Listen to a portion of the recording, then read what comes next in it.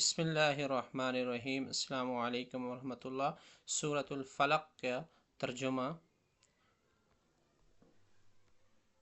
قل آپ کہہ دیجئے، اعوذ میں پناہ میں آتا ہوں، برب الفلق صبح کے رب کی، من شر شر سے، ما خلق جو اس نے پیدا کیا، ومن شر اور شر سے، غاسق اندھیری رات کے، اذا وقب جب وہ چھا جائے، و اور من شر النفاثات پھونکے مارنے والیوں کے شر سے، فی العقد گرہوں میں، ومن شر اور شر سے، حاسد حسد کرنے والا، اذا جب حسد وہ حسد کرے۔